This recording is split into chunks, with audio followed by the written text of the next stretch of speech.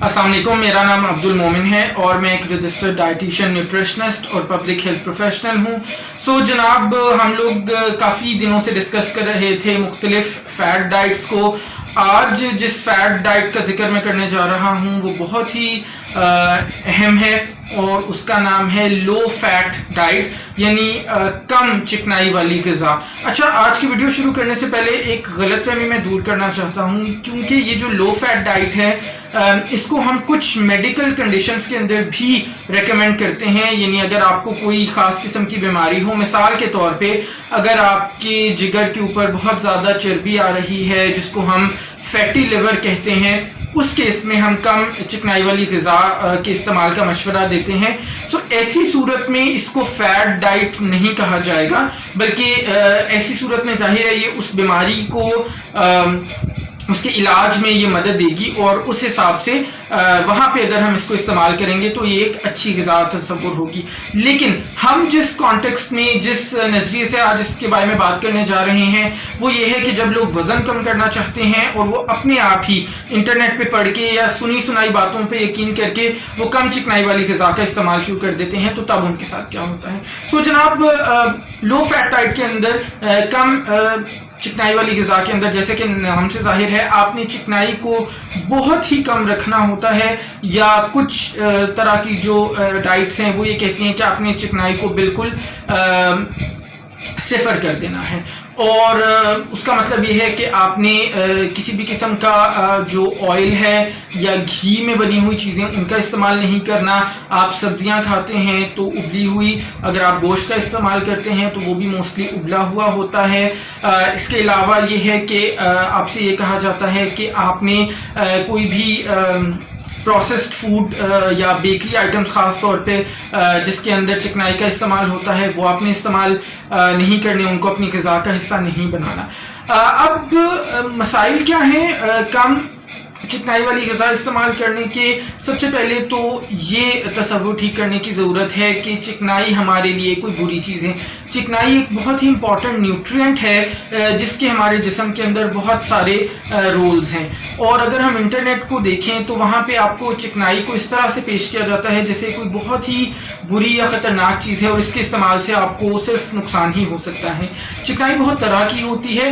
कुछ तरह की चिकनाई ऐसी होती है जिसका इस्तेमाल आपके लिए ख़तरनाक हो सकता है और दिल की बीमारियों का सबब बन सकता है। लेकिन अगर आप चिकनाई को एक मुतवाज़न तरीके से इस्तेमाल करें तो यकीनन वो आपके लिए बुरी नहीं है और बल्कि उसके बेशुमार फ़ायदे हैं। मिसाल के तौर पे चिकनाई जो है वो हमारे जितने भी अहम ऑर्गन्स हैं उनके गिर्द एक प्रोटेक्टिव लेयर बनाती है, जैसे दिल हो गया या हमारे फेफड़े हो गए, गुर्दे हो गए।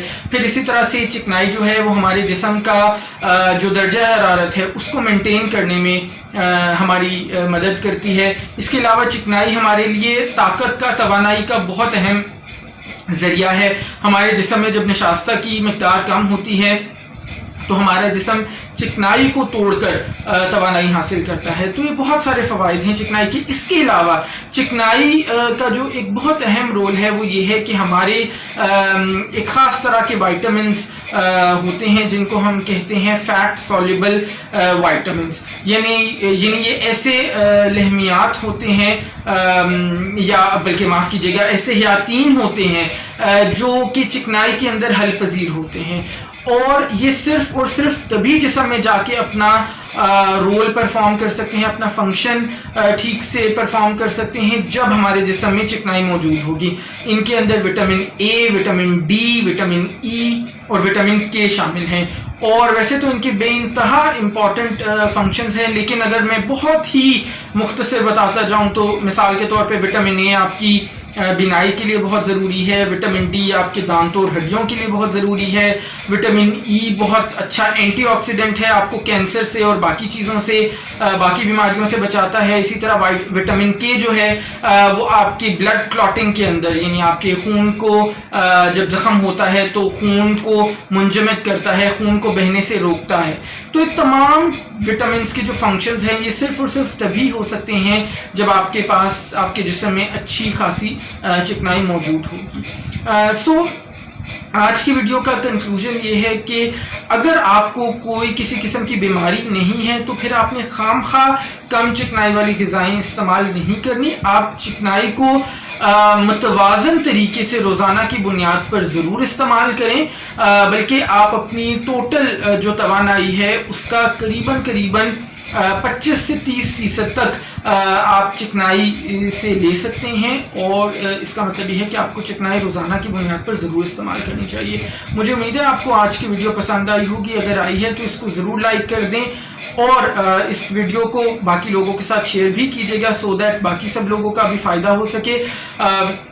اگر چینل پر پہلی بار ہیں تو چینل کو سبسکرائب کر کے بیل آئیکن کو ہٹ کر دیں, سو دیٹ آنے والی آپ کو تمام ویڈیوز بر وقت مل سکیں. اپنا خیال رکھیے گا. انشاءاللہ تعالی نیکسٹ ویڈیو میں ملاقات ہوگی. اللہ حافظ.